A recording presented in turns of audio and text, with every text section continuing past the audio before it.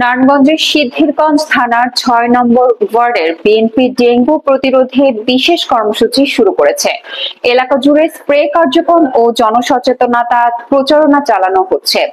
বিস্তারিত সিদ্ধিরগঞ্জ থেকে সাদ্দাম হোসেন মুন্নার প্রতিবেদনে। যে এটা বর্ষা মৌসুম, এই মৌসুমে আমাদের দেশে বুধবার সকাল থেকে আদমজীনগর, বেহারি কলোনি, সুমিল পাড়া, বার্মাশিল ও সোনামিয়া মার্কেট সহ বিভিন্ন এলাকায় লিফলেট বিতরণ করা হয়। এতে স্থানীয় বাসিন্দাদের ডেঙ্গু প্রতিরোধ ও পরিচ্ছন্নতার উপর গুরুত্ব আরোপ করা হয়েছে।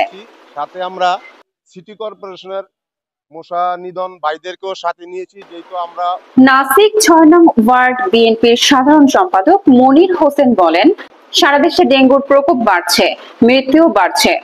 অধ্যাপক মামুন মাহমুদের নির্দেশনায় আমরা ডেঙ্গু নিধন ও সচেতনতা কার্যক্রম শুরু করেছি।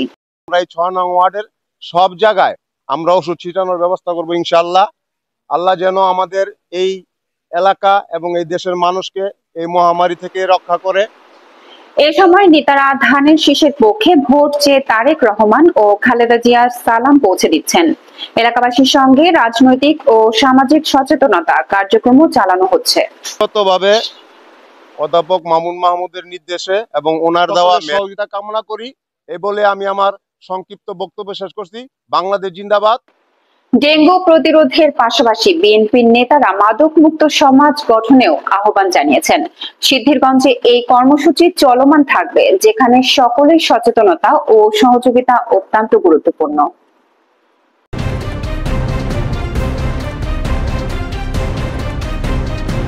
জেড টিভি বাংলা, নতুন ভাবনায় প্রতিদিন।